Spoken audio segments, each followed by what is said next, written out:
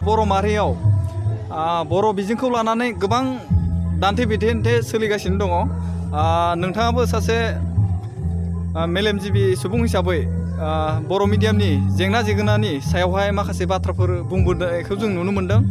माखासे मानि गारजेनफोरा बर' बिजोङावहा दिनै फरायसाफोरखौ सोलोंथाइ लाहोनो जोङो आंगायनायखौ नुनो मोनबाय। बे बेलायाव नोंथाङा मा बुंगोन? गिबियावनो बयनिसिमबो खुलुमनायखौ बावहरबाय। जायखिजाया नोंथाङा मेलेमजिबि होननानै बुंदों आंखौ। जायखिजाया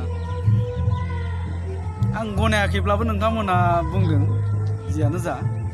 दा बिजोंनि बेलायाव आं गोबां माने खोथा बुंबोनायनि थाखाय गोबाङानो गाज्रिबो मोनदों। बे माने जोंनि थाखाय मा होनना बुङो, मोनसे अप्रिय सैथो आरोखि, साबजाथावै मोनसे सैथो बाथ्रा। दिनै जोङो बर' बिजोंखौ गोबां माने गुनि गियानि सुबुंफ्रानो नेवसिबोनायखौ जों नुनो मोन्दों। दा बे जोंनि थाखाय हारिनि भबिष्यत फिउचारनि थाखाय मोजां नङा होननानै आं सानदों आरो। एसे थारमाने सासे बर' सुबुं हिसाबै आं नैबेखौल' बुंनो नागिरो, बे जों मोनसे जाथि महरै थांना थानो गोनांब्ला जोंनो राव नांगोन। आरो बे रावखौ जों फोथांनानै लाखिनो गोनांब्ला जोंनि मिडियाम नांगोन। मिडियाम थायोबा थुनलाइया थागोन, थुनलाइ थायोबा रावा थागोन, आरो रावा थायोबा हारिया थांनानै थागोन आरोखि। आं दा बिथांमोनखौ मोनसे खोथाखौल' बुंनो सानगोन, जाय बिथांमोना दिनै बर' मिडियामखौ नेवसिनानै गुबुन मिडियामाव हैदों। आं बिथांमोनखौ नैबे मोनसे खोथाखौल' बुंगोन, जोंनि बांसिन सुबुङानो जों मोनसे मिसकनसेपसन, मोनसे रं कनसेपसनखौ लानानैसो आसलथे बर' मिडियामखौ जोगारदों होननानै आं सानो आरो। मानोना गोबाङानो साननाय दङ जे बर' बिजोंजों फरायनानै जों गथ'फोरखौ मोजां खालामनो हाया, गोरों खालामनो हाया, मोजां रिजाल्ट खालामनो हाया होननाय मोनसे रं कनसेपसना जोंनियाव दं आरो बे रं कनसेपसनखौ जों फोजोबनो थाखायनो आरो जोंनि बर' रावखौ फोथांनो थाखायनो, बर' मिडियामखौ लाखिनो थाखायनो मोनसे समाव जोंनि बर' मिडियाम प्राइभेट स्कुलफोरखौ गायसननाय जादों। मानोना बै समावहाय जोङो बिजिरब्ला नुहुरो बा गोसोखाङोब्ला नुहुरो जे बै समाव बांसिन प्राइभेट स्कुलनि गथ'फ्रा मोजांसिन रिजाल्ट खालामदोंमोन। आरो प्राइभेट मिडियाम होननानै बुङोब्ला जों बर' मिडियामखौ नागारनानै इंलिस मिडियाम नङाबा एसामिस मिडियामाव जोंनि आसामाव साबसिनै रिजाल्ट खालामदोंमोन आरोखि। दाना बेखौ नुनानै जायफोरा माने बांसिनानो जितु गामिनि बांसिन मानसिफ्रा बा बांसिन साननो गोरों मानसिफ्रा, जायफोर कनसियास गार्जेन होननानै बुङो जों दिनैनि दिनाव, गथ' गथायनि मोजां खोथा सिन्था खालामग्रा, बिथांमोना बर' मिडियामखौ दोननानै गावबा गावनि गथ'खौ इंलिस मिडियामफ्राव हैदोंमोन। माने इंलिस मिडियाम माने प्राइभेट स्कुलफ्राव हैदोंमोन आरोखि। दाना जोंबायदि जायफ्रा सिन्था खालामदों, दिनै गोबां प्राइभेट बर' मिडियामफोर दंसै, बिथांमोना नैबे सिन्थाखौसो खालामनानै बेफोर स्कुलखौ गायसननाय जादोंमोन जे बर' बिजोंजोंबो मोजां रिजाल्ट खालामनो हायो जुदि जों प्राइभेट खालामोब्ला। जिहेतु प्राइभेट मिडियाम, इंलिस मिडियाम बा एसामिस मिडियामफ्रासो बांसिनै मोजां रिजाल्ट खालामबाय दं हिसाबै जोंबो रायजो राजाफोरनो बेखौ मिन्थियो होननानै बै समाव जों इउएन एकाडेमि, सिजौ एकाडेमि मिन्स माने बाथौ गौथुमारिफ्रा माखासे आश्रमफोर, बाथौ आश्रमफोर गायसननाय जादोंमोन आरो प्राइभेट बर' बिजोंनि प्राइभेट स्कुल हिसाबै। दिनै बै बर' बिजोंनि प्राइभेट स्कुलफ्रा मेट्रिक फाइनाल लिरबाय, मेट्रिक फाइनालनि रिजाल्टखौ जों नुबाय।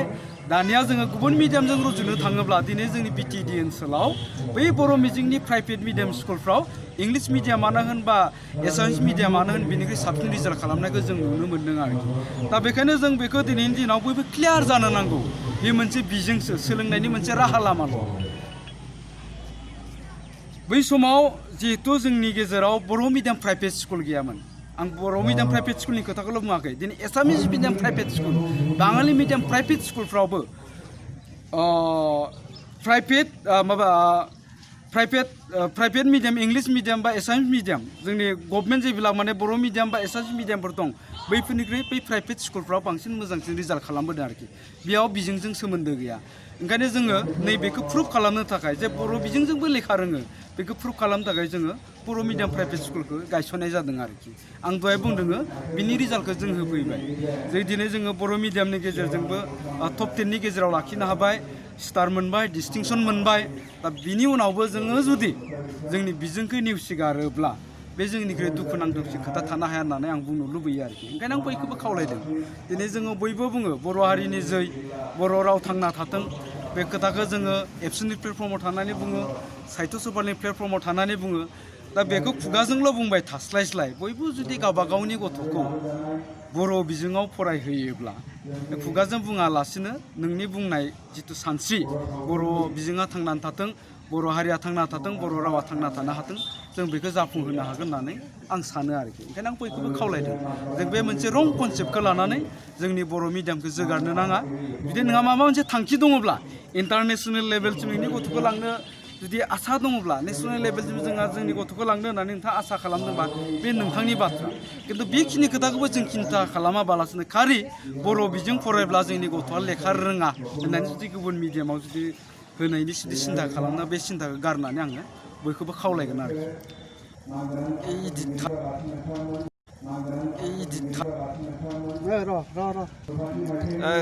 दिनै माखासे माहारिनि गोबांथार जिथुनि गारजेनफोरा गुबुन मिडियामावहा होनायनि बेलायावहाय बिथांमोना जि बर' बिजोंजों माने जेबो जाथारा होननानै साननानै गुबुन मिडियामाव होयो, कारना बेनो रोखा।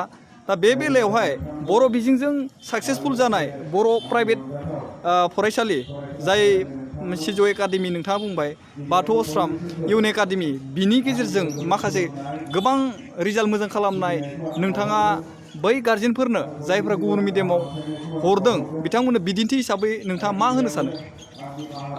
बिदिन्थिखौ आङो गुबुननिखौ बुंला, आंनि माबाखौनो आं बुजियो। जोंनि सिजौ एकाडेमिया 2012 मायथाइयाव गिबि खेबनि थाखाय मेट्रिक फाइनाल लिरदोंमोन। बै समाव जों गायसननाय समाव माखासे माने जेंनानि मोगा मोगि जादोंमोन।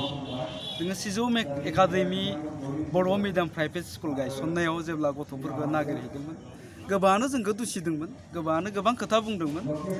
दा जोंनि सिन्थाया मोजां जायाखै। बर' मिडियाम प्राइभेट स्कुल बहा नुफेरबायनाय, गायसनबा इंलिसखौनो गायसन, इंलिस मिडियामखौनो खालाम, आंबो आंनि गथ'खौ हैगोन होननानै माखासे मानसिफ्रा बुंदोंमोन आरोखि। बेनिफ्राय जोङो थेवब्लाबो बे सिजौ एकाडेमिखौ गायसननाय जादों। गायसननायनि उनावहाय मोनसे गार्जेन मिटिङाव आं मोनसे खोथा बुंदोंमोन। गार्जेन बिथांमोनखौ आं बुंदोंमोन जे आं नोंथांमोननो मोनसे खोथा होदोङो, मोनसे बाथ्रा होदोङो। 2012 मायथाइयाव जोंनि एकाडेमिनिफ्राय गिबि खेबनि थाखाय मेट्रिक फाइनाल लिरगोन।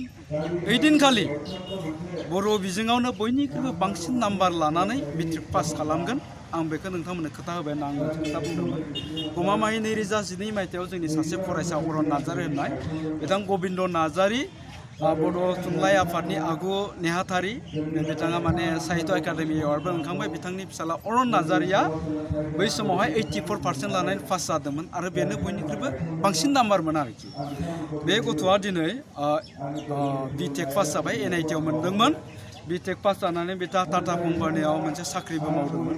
बिनि उनाव बिथाङा दिनै साख्रिखौ गारबाय, साख्रिखौ गारनानै UPSC कमप्लिट खालामनो होननानै बिथाङा दा प्रिपारेसन खालामबाय दङ। बे आंनि स्कुलनि आं मोनसे एग्जाम्पोलखौ होबावबाय आरो बिनि उनाव होबावनो लुबैदों आं जोंनि जायगानि खोथाखौनो आं बुंनो नागिरदों। दिनै बड'लेण्ड इउनिभारसिटियाव जोंनि बे सिमला हालामनिफ्राय 7 फेकाल्टि दङ। बिथांमोना गासिबो बर' मिडियाम फरायनाय। रिंसार बसुमतारी, सन्जय सरगयारी, प्रानेश्वर ब्रह्म, प्रहलाद बसुमतारी। बे जोंनि जायगानिनो डक्टर केशव बसुमतारी, बिथाङा दा जोंनि BB किसान कलेजनि सासे प्रिन्सिपाल जानानै दङ। बिथांमोना गासिबो बर' बिजोङाव फरायनाय। ओमफ्राय बराद एम बरकसारि होननाय, बराद एम बरकसारि, बिथाङा दा जरहाट इन्जिनियारिं कलेजनि सासे लेक्सारार जानानै दङ। बिनिफ्राय आरो मा गिदिरसिन माबा बिदिन्थि होबावो। दा ओंखायनो आं बयखौबो खावलायदों, आं दहायनो बुंखादों जे बिजोङा जोंनि मोनसे सोलोंनायनि मोनसे राहा लामाल' आरोखि।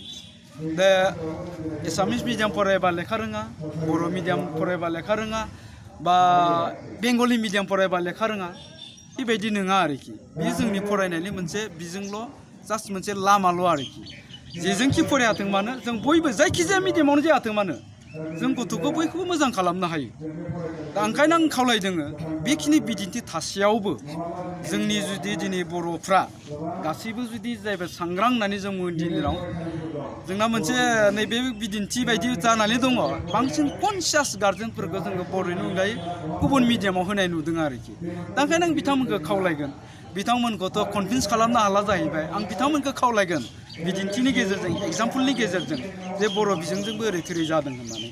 बिनि उनावबो नोंथांमोना जुदि इंलिस मिडियामाव होदोंब्ला बे नोंथांमोननि मोनसे माने रं कनसेप्ट होननानै आं बुंगोन आरोखि। ओंखायनो नोंथांमोनखौ खावलायदों, नोंथांमोना ओरैनो कनसियास गार्जेन होनना बुंदों नालाय बे कनसियास गार्जेनफ्रानो मिथिं दावथिंफ्राव गामिनियानो होन ओनसोलनियानो होन बा डिस्ट्रिक्टनियानो होन बैफोर मिथिं दावथिंफ्राव बांसिन जातिनि लेक्सार होयो आरो दा आं बिथांमोनखौ खावलायदों बेबायदि लेक्सार होबाय थास्लायस्लाय जोङो बयबो प्रेक्टिकेलाव थांनो नांगौ गावबा गावनि गथ'खौनो बर' बिजोङाव हो बिनि उनाव नोंथाङा लेक्सार होनो गोनां गैया बर' बिजों फरायनांगौ बर' रावखौ फोथांना लाखिनांगौ जाथिखौ फोथांना लाखिनांगौ होननानै लेक्सार होनो गोनांथि गैया आरोखि आं ओंखायनो बिथांमोनखौबो खावलायदोङो जे जोङो बे मोनसे रं कनसेप्टखौ गारनो नांगौ फै जों बयबो बर' हारिखौ मोनसे गोगोम मास्टार रेस हारि दानि आरो मास्टार रेस हारि दानो गोनांब्ला नोंथांमोन बायदि कनसियास गार्जेनखौ जोंनो नांगौ ओंखायनो आं नोंथांमोनखौ खावलायदों आरोखि बे मोनसे जोंनि गोरोन्थि सानस्रि बेखौ जोङो गारनो नांगौ